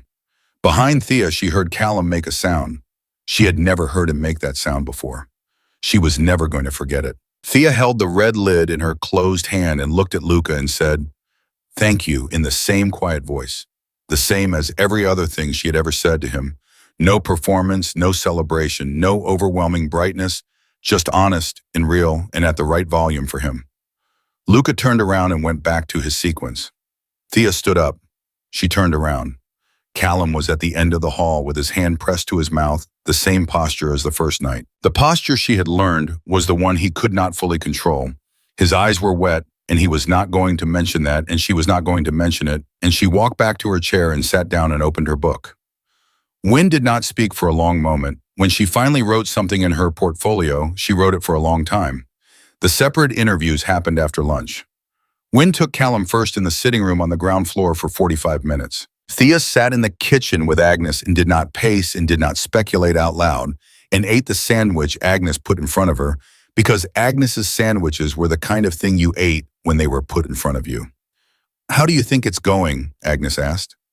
She asked it the way Agnes asked most things plainly without cushioning because Agnes had decided at some point that cushioning was a waste of everyone's time. "I don't know," Thea said. "The lid," Agnes said. "I know." In 12 years, Agnes stopped. She looked at her hands. "In 12 years, I have not seen that boy give something of his to someone." She looked up. He has his objects, and he has his routines, and he has the people who are part of the routine, and that is the whole of his world. To give something from that world, she shook her head. That's not nothing. I know it's not nothing, Thea said. You're going to leave at the end of the week. Agnes said it plainly. Thea looked at the table. That's what the arrangement is, Agnes said. It wasn't accusatory, it was just the fact of the thing laid out between them without decoration. You're going to leave, and he's going to come down that hallway, and you're not going to be in the chair. And then what? Thea did not answer because she did not have an answer. She had been not answering that question since approximately the end of day one, and not answering it was becoming significantly harder as the days moved. Wynne found her in the kitchen at 1:15.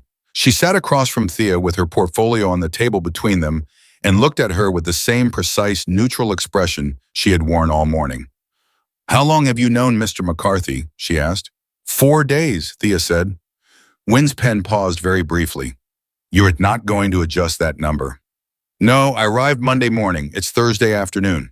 You're aware that Mr. Ferraro's team is arguing this arrangement was financially coerced.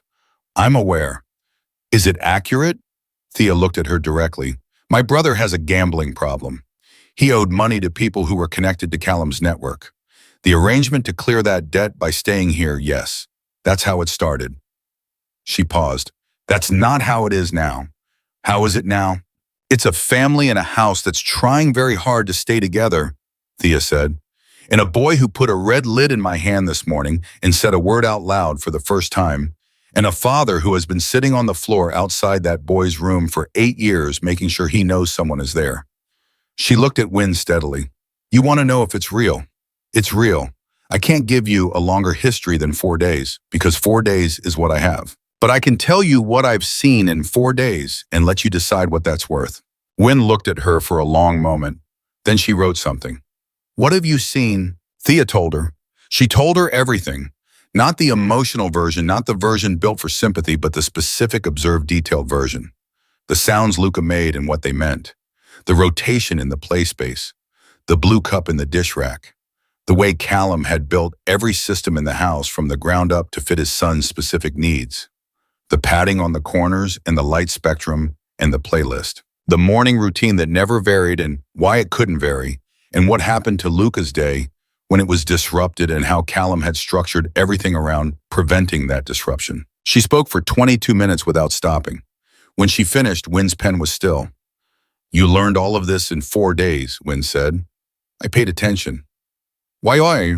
Thea thought about it. Then she said, because someone needed to. Wynne closed her portfolio. She looked at Thea with something that was no longer entirely neutral. It was the expression of someone who has been doing a job long enough to know the difference between a story and a truth and has just encountered the truth. I have a few more notes to complete, Wynne said. I'll need to speak with Joel before I leave. Of course, Wynne stood. Then she paused. Mr. Calloway, the arrangement that brought you here, the coercion argument. She held Thea's gaze. In my assessment, coercion is a factor in how something begins. It's not a factor in what it becomes. She clicked her pen and put it in her pocket. That distinction matters. In my report. She left the kitchen. Thea sat for a moment very still, feeling what that sentence had done on its way through her. Then she pressed both hands flat on the table and breathed. At 3:15, Patricia Wynne said goodbye to Callum in the entryway. Thea was at the top of the stairs and heard their voices below professional brief, no information given that would indicate a conclusion. That was how it worked. Wynne would file her report, and the report would do what it did, and nothing would be known until it was known. The door closed. Callum stood in the entryway for a moment. Then he looked up at the top of the stairs where Thea was standing. Well, she said, she didn't say anything. She never says anything. That's not what this part is. He came up the stairs. He was moving with a different quality than the morning, less braced something in him, looser, not relaxed, but less clenched. He came to the landing and stood 2 steps below her and looked at her at eye level and said, the red lid. I know. He stopped, pressed his mouth flat. I have a folder of milestones. Dr. Reyes Joel, they document everything. Every first. Every new thing. He looked at her. That folder is 8 years old and I have never seen him voluntarily give an object to another person. His voice was very controlled, but the control was visible now, the seams of it showing. What you did? I didn't do anything, she said. Stop saying that. It's true. It is not true. He took one step up, which brought him level with her, which put them closer than they had been, and she could see everything in his face that he normally kept behind the managed distance. You showed up every morning in that chair, every afternoon in that hallway, same spot, same pace, same everything. You made yourself into something he could count on. His voice broke on the last two words just briefly, just enough. Do you know how rare that is? Not just for him. For anyone in this house. She looked at him. He looked at her. The landing was very quiet. The weekend Sunday, she said. Something crossed his face, quick and unguarded. I know. What happens after Sunday doesn't have anything to do with the arrangement, she said carefully. The arrangement is done on Sunday, regardless of what I decide. His eyes were very steady on hers. What are you deciding if I know? I'm still deciding, she said. I need you to know that. I'm not. She stopped, started over. I have a life. It's not much of a life right now, but it's mine. And this, she gestured at the air between them, at the house, at all of it. This is enormous. This is not a small thing to walk into. I know, he said. I'm not asking you to decide anything tonight. I know you're not. But I need you to know. He stopped. She watched him work through it, watched him locate the words for something he had not said to anyone in a very long time. I need you to know that whatever Wynn's report says and whatever Vincent's lawyers do next and whatever happens in that courtroom, I have not had someone stand next to me He couldn't finish the sentence. He just looked at her with the full weight of 8 years in his face, and she received it without flinching. Then the sound came from down the hall. Luca's vocalization, the complex-shaped one, the one she had been hearing since day one and learning note by note. She and Callum both turned toward it at the same moment. A pause. Then her name. Not clearly, not fully formed, not with all its pieces in place, but unmistakably in the sound of his voice, working through it the way he had worked through Red. The shape of it. The beginning. Thea. She covered her mouth with her hand. Callum stood very still beside her. Down the hall through the door, Luca's voice tried it again. Closer, more formed, both syllables. Thea. Go, Callum said. Barely above a whisper, she went. She walked down the hall and she opened the door, and Luca was sitting on the floor with his bird and his red lid. He'd taken it back at some point, of course he had. And he looked up when the door opened, and he looked almost at her, and he lifted the red lid toward her. She sat down on the floor 3 feet away from him. Not close enough to crowd him. Close enough to be there. He pressed the lid into the floor, made a sound, looked at the lid. Red, she said softly. He looked up. The eye contact came again, brief, direct, real, and then he looked back down at the lid and made a sound that was nearly a word and rolled it across the floor toward her. She stopped it with her fingertips. He looked at it. He looked at her hand. He made the question sound short and high at the end. I've got it, she said. I've got it. He rocked once on his heels. Then he went back to whatever he had been doing before she came in, and she sat on the floor of his room with his red lid in her hand, and the house was quiet around them. And down the hall, she could hear Callum not moving, staying where he was, giving this space, understanding that some things were most themselves when they were not observed. She sat on the floor until Luca's eyes went heavy and Joel came to start the nighttime sequence.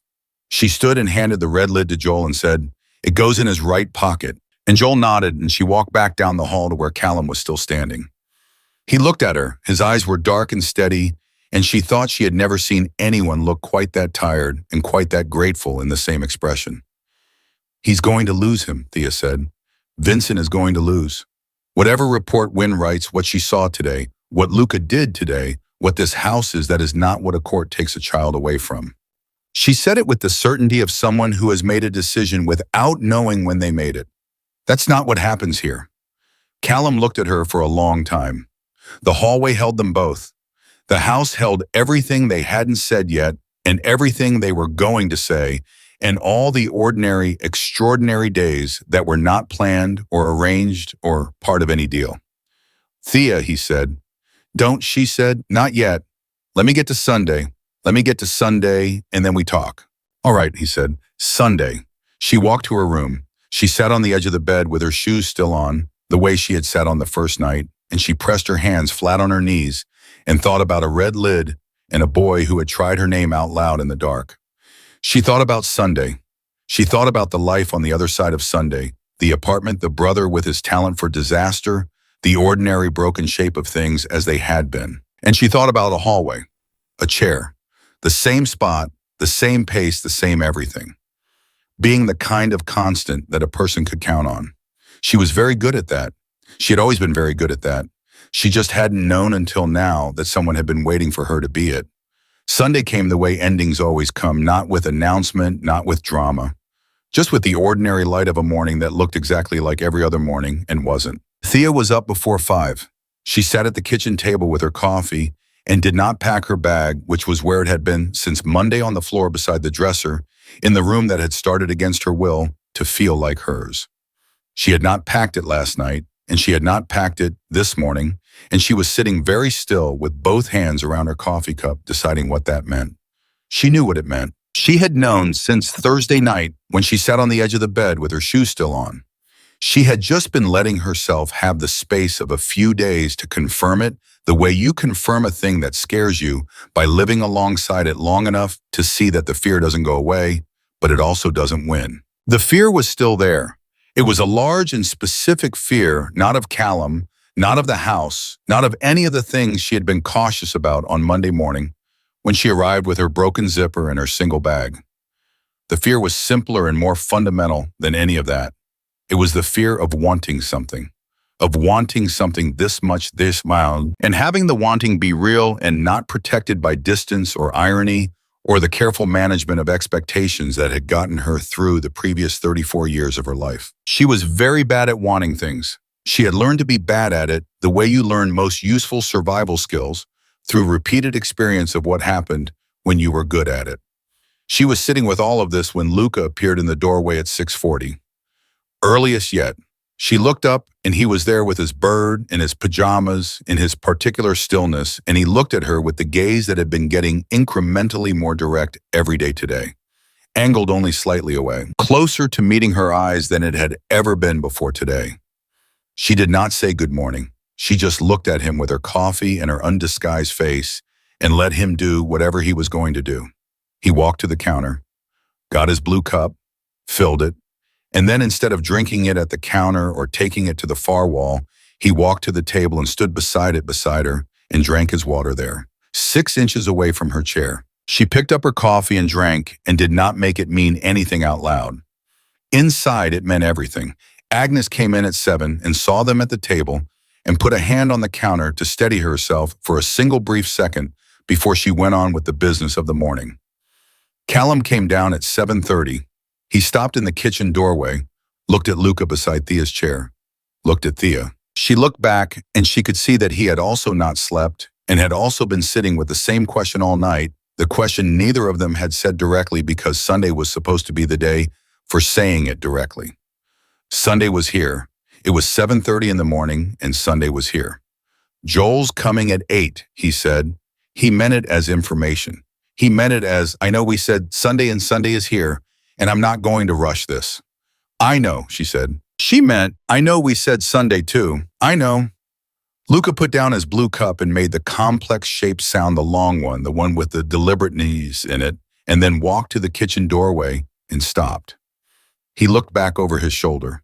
His gaze found Thea with more directness than she had ever seen from him, a clean, unambiguous line from his eyes to her face.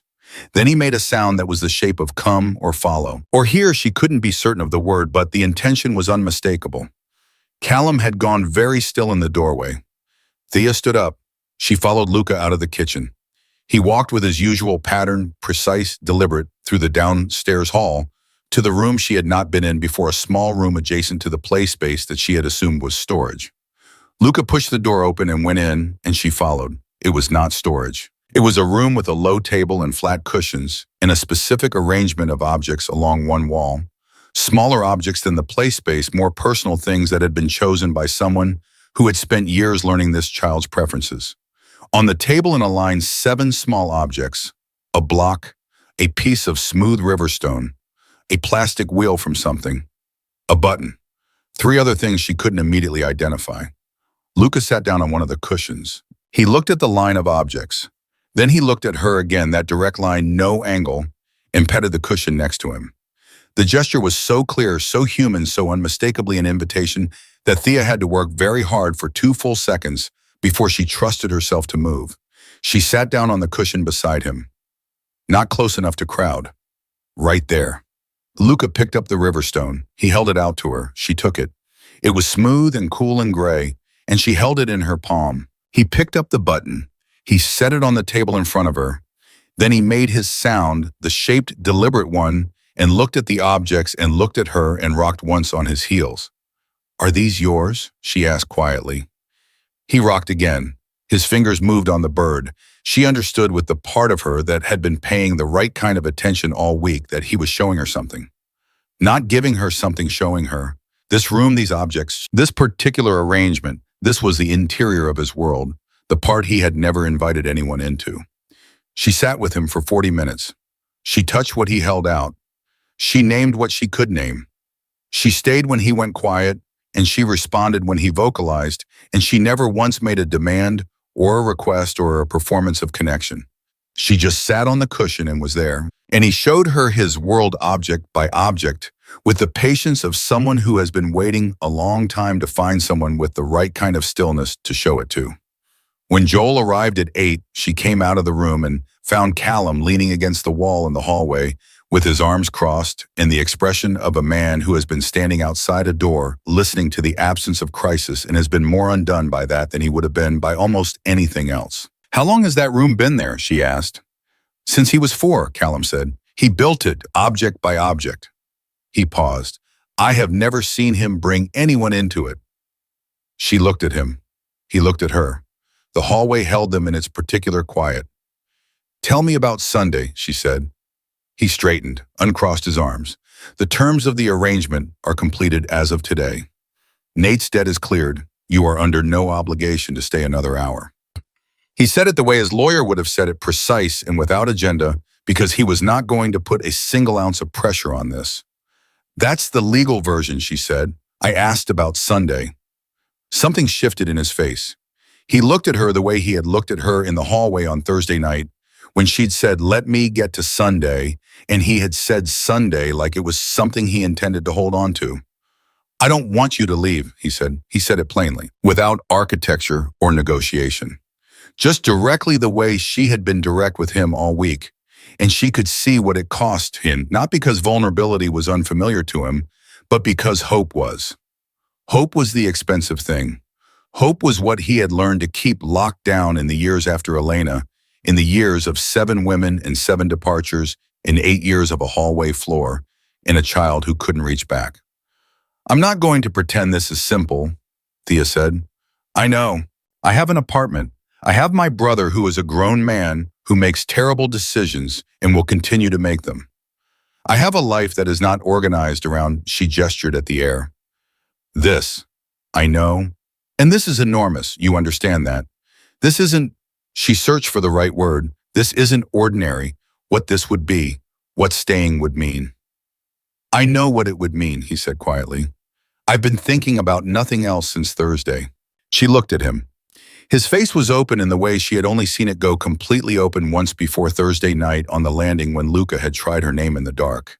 It was the face underneath the managed face. The real one. The one that had been sitting on floors outside doors for 8 years because that was the only thing it knew how to do. "I'm not leaving today," she said. He went very still. "I'm not leaving today," she said again. "And I need you to understand that's not the arrangement talking. The arrangement is done. This is me telling you that I am not walking out that door today." She looked at him directly. "What we figure out after today is a different conversation. But today, I'm here." Callum looked at her for a long moment. Then he did something she had not seen him do in 5 days. He smiled. Not the controlled, professional expression he wore like armor. A real one, small and crooked, and a little overwhelmed, like something that had been kept in a very small space and wasn't entirely sure yet how much room it was allowed to take. She had to look away because looking at it directly felt like too much. The phone rang at 9:17 and everything changed. Callum took the call in his office. She heard his voice go from steady to silent in under a minute. Just silence on his end, complete silence. Which she had learned was worse than any of the other registers his voice operated in. She was at the bottom of the stairs when he came out of his office, and she looked at his face and her stomach dropped. "What?" she said. "The report." His voice was stripped of everything. "Wynn filed the report this morning. My lawyer just received Vincent's response." He looked at her. "Vincent is using Marcus's testimony in full.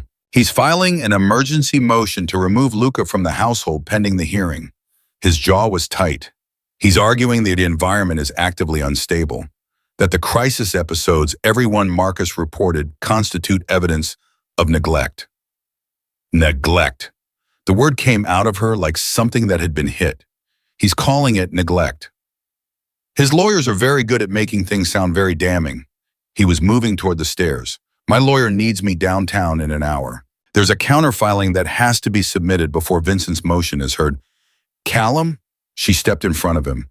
"What did Wynn's report say?" He stopped. Positive, overwhelmingly. His voice had something in it she couldn't immediately classify. "She documented everything. The structure, the care, Luca's behavioral stability, his therapy outcomes. She documented the red lid. She documented him trying a word." He paused. "She documented you. And then Vincent can file whatever he wants. The report is one piece of evidence. Marcus's testimony is another. And Vincent has a judge who has been ruling in his direction since the beginning of this case." He looked at her with steady, clear eyes. "This is not over. This is where it gets harder." She stepped out of his way. "Then go. Go do what your lawyer needs." She held his gaze. "I'll be here when you get back." The weight of those 6 words landed in the space between them. He looked at her for one more second, the look of a man who is filing something away to be fully felt later when there is time, when the immediate crisis has been handled, and then he was moving his jacket in his hand, his phone already to his ear. The door closed. The house was quiet. She turned around. Agnes was at the end of the hall, watching with her arms folded and her face in the expression she wore when she was worried and was not going to say so directly. "He'll handle it," Thea said. "He always handles it," Agnes said. "That's not the question." She looked at Thea steadily. "The question is whether handling it is enough this time." "What does Vincent actually want?" Thea asked. "Not the legal version. What does he actually want out of this?" Agnes pressed her mouth flat. "What Vincent has always wanted." She came down the hall toward the kitchen, and Thea followed because this was where they both went when things needed to be said plainly. When Elena died, Vincent expected to become part of this family's finances. He expected Callum to fold, to need him. She put the kettle on. Callum didn't fold. He built everything back better without anyone's help, and Vincent has been angry about that since. She turned around. Taking Luca isn't about Luca. It's about making Callum need something that Vincent controls. And if we remove what he controls, Thea said slowly, the argument collapses. Agnes looked at her. "What do you mean?" Thea sat down at the kitchen table. She was thinking fast the way she thought fast when something became clear, and the clarity had direction in it. Marcus was Vincent's source. Marcus is gone. The only new evidence Vincent has is the testimony from someone who was documenting Luca's hardest moments, deliberately, selectively to build a picture of instability. She looked at Agnes. But Wynn was here. She saw the real picture. And Wynn's report isn't the only documentation that exists, is it? Agnes's eyes sharpened. "What are you saying?" "Dr. Reyes, 4 years of session notes. Luca's behavioral progress documented clinically over 4 years." She stood up. "Joel, every milestone Joel has ever recorded. The therapy team, the whole system Callum built, documented, dated, measurable." She looked at Agnes. "Vincent's argument is instability. The counter-argument is 8 years of evidence that this child has been consistently, methodically, expertly cared for." And she grabbed her phone off the counter. "I need Dr. Reyes's number." Agnes stared at her for a moment. Then she went to the drawer where the household contacts were kept and handed Thea a card without a word. Thea called. Dr. Reyes answered on the 3rd ring. Thea talked for 11 minutes without stopping, laying out exactly what she needed and why, and what it would mean for the hearing. There was a silence on the other end when she finished. Then Dr. Reyes said, "I have 4 years of session records. I can have them organized and submitted to Callum's lawyer by noon. Can you appear in court if it comes to that? I've been waiting for someone to ask me that for 2 years, Dr. Reyes said. Her voice had something in it that sounded very much like relief. Thea hung up and called Joel, who was upstairs with Luca, and who answered in the low, careful voice he used when he was in the room and didn't want to disrupt the routine. She kept it brief. He said yes without hesitation. She thanked him and hung up. Agnes was watching her from across the kitchen with an expression Thea had not seen on her face before. It took her a moment to identify it. It was the expression of someone who has been waiting for a very long time for a particular kind of person to walk through the door. You should call Callum's lawyer, Agnes said quietly. Directly. What you just arranged, he needs to know before he files.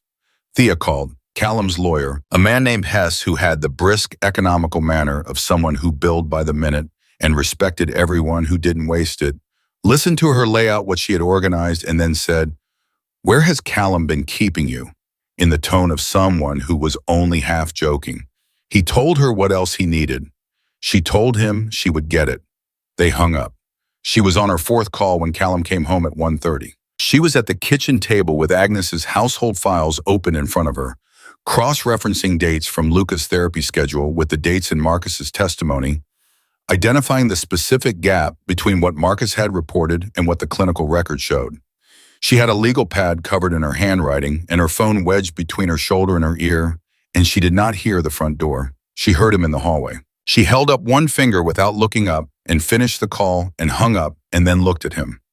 He was standing in the kitchen doorway, looking at the table, at the files, at the legal pad, at her. His expression was the kind that didn't have a simple name too many things in it at once. Hess called me, he said. I know, I told him to. He said you organized Dr. Reyes, Joel, 3 members of the therapy team, and a character statement from the hospital where you worked. He paused. In 4 hours. Agnes helped. She gestured at Agnes, who was at the counter making tea and radiating a dignified refusal to take any credit. And Hess knew what to do with it. I just got the people to say yes. Callum came to the table and looked at the legal pad. He read what she had written.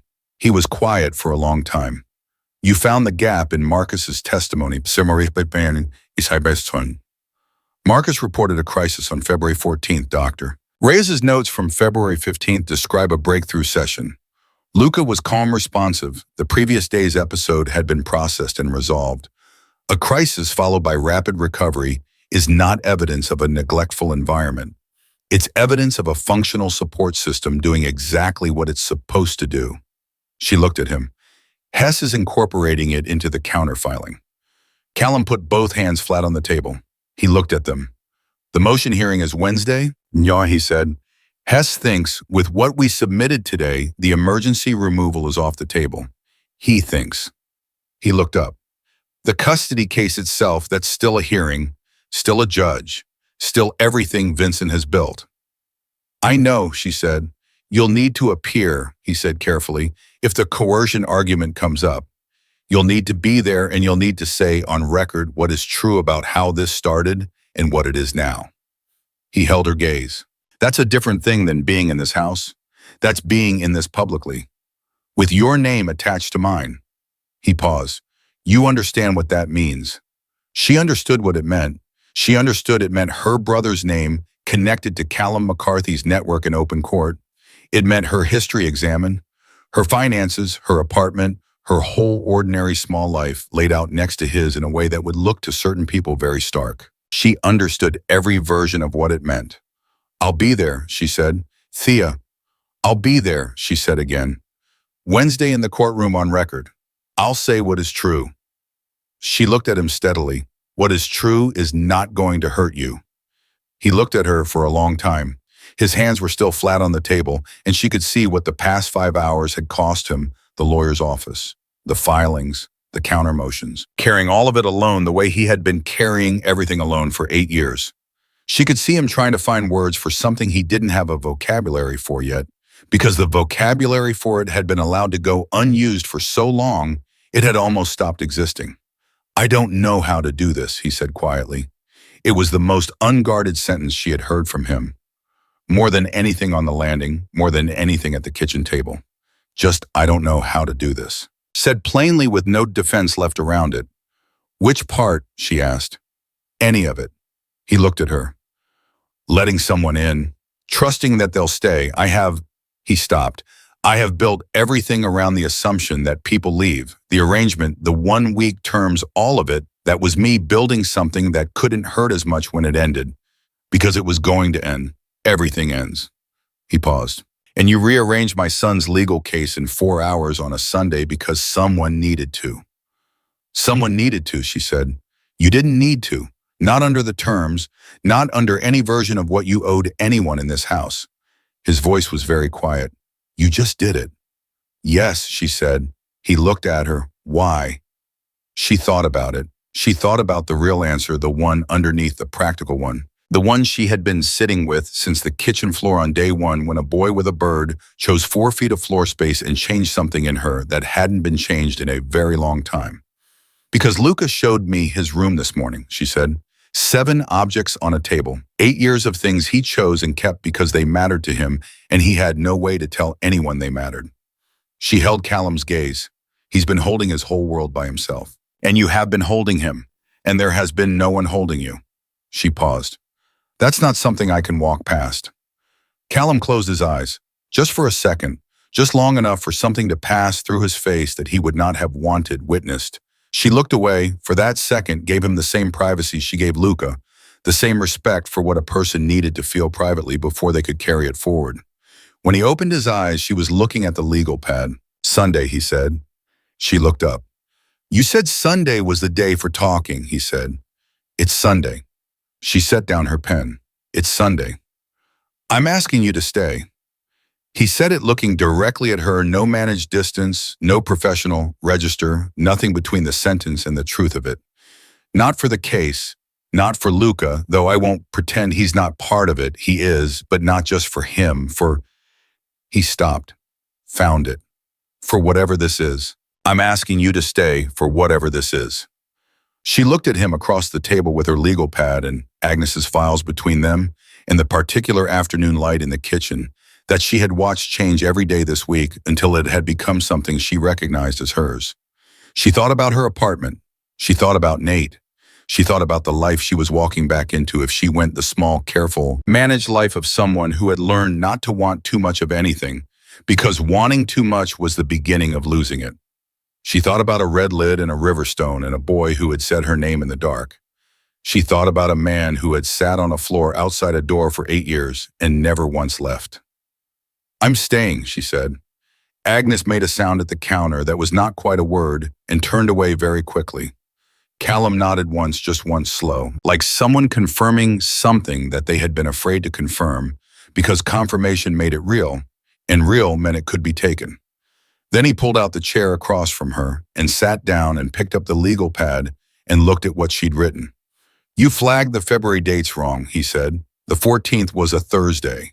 Marcus was only on rotation Tuesday and Friday. His testimony can't include a Thursday." She took the pad back, looked at it. "He testified under oath about a day he wasn't in the house." "Yes." She looked up. "That's perjury." "Yes." The ghost of something moved across Callum's face. Not quite a smile, quieter than a smile, and somehow more significant. "Hess is going to be very interested in that." She wrote it down. He leaned over to read it, and they stayed there like that, close, both of them, looking at the same page. His shoulder almost touching hers, and the afternoon moved around them, and the house held its particular good quiet. And upstairs, Luca was in his room with his bird and his red lid and his 7 objects on a low table, all his chosen things waiting with the patience of a child who has learned that the right people always come back. Wednesday's hearing lasted 4 hours. Dr. Reyes testified for 38 minutes. Joel's records were entered into evidence.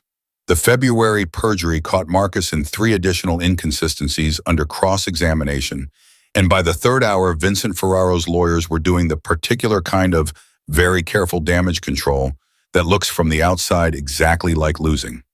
The judge asked Thea 2 questions directly, and she answered both of them in the plain, specific, unrehearsed way she did everything, and when she finished, the courtroom was quiet in the way of a room where something has been settled. The ruling came at 4:15.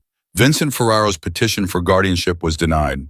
The emergency motion for removal was dismissed with prejudice. The court noted in language that Hess would later describe as unusually direct for a judicial ruling that the evidence demonstrated not instability, but resilience. A child in a thoughtfully structured, deeply attended environment cared for by people who had shown up for him consistently without exception, in ways that no legal arrangement could manufacture.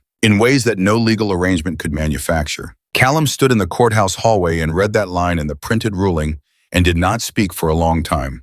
Thea stood beside him. She did not ask him what he was thinking because she could see what he was thinking. It was in the set of his jaw and the stillness of his hands and the way he was breathing slower and deeper than she had seen all week. The specific breathing of someone setting down a weight they had been carrying for so long they had forgotten what their own body felt like without it. He folded the ruling and put it in his jacket pocket and looked at her. "Let's go home," he said. The word home went through her quietly without drama, just landing where it was supposed to land.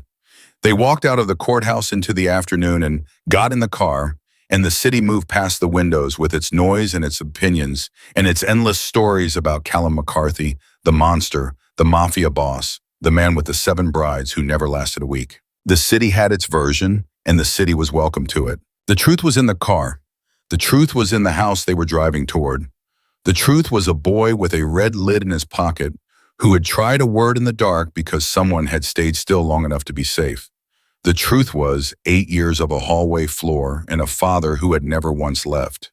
The truth was a woman who had arrived with a broken zipper and a single bag and had not packed that bag on Sunday because some things you recognize before you have the language for them. And what she had recognized on day one was not a transaction or a week of endurance, but the precise shape of where she was supposed to be. Some people find their family the way they find everything else, accidentally, through showing up, through staying, when staying is hard, through being the same thing in the same place until the people who need you most finally believe you are real.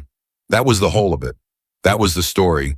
A boy, a father, a woman with tired eyes who turned out to be exactly the kind of constant that this house had been waiting for, and who, when she finally walked back through that door and heard Luca's feet on the stairs and saw Agnes in the kitchen doorway and felt the specific weight of a place that was hers, understood with complete and irreversible certainty that she was never going to need to pack that bag again.